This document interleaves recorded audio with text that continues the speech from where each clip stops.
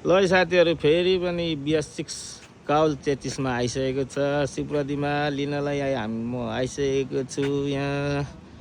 अस्ति चाहिँ क्याबिनवाला थियो, यो चाहिँ यसलाई चाहिँ क्याबिन बनाउनु पर्छ यो गाडीको चाहिँ लगेर। यस्तो छ, सबै कुरा सेम छ, सेम हो। यसमा चाहिँ क्याबिन मात्र नआउने हो, रेडिमेड क्याबिन नआउने हो। अरू कुरा पछाडि अगाडि सबै कुरा सेम हो।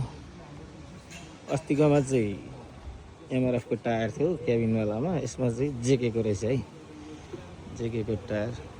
फेरि यो चाहिँ अब यस्तो खुल्ला चाहिँ यसमा चाहिँ AC छैन भन्नु होला, यसमा पनि छ नि AC। फेरि यो हो त्यो छोपेको AC हो, यसमा पनि AC छ।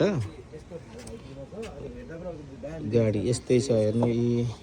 लुक्स गाडीको लुक्स चाहिँ पहिलाको डबल क्राउन, ठ्याक्कै पहिलाको डबल क्राउन गाडी जस्तै थियो त्यस्तै हो। हामी चाहिँ यो शिवप्रदीप ट्रेडिङ इटहरीमा छौँ।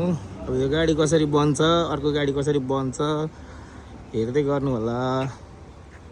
म गाडी बनेपछि भिडियो गर्दै गर्छु। धन्यवाद।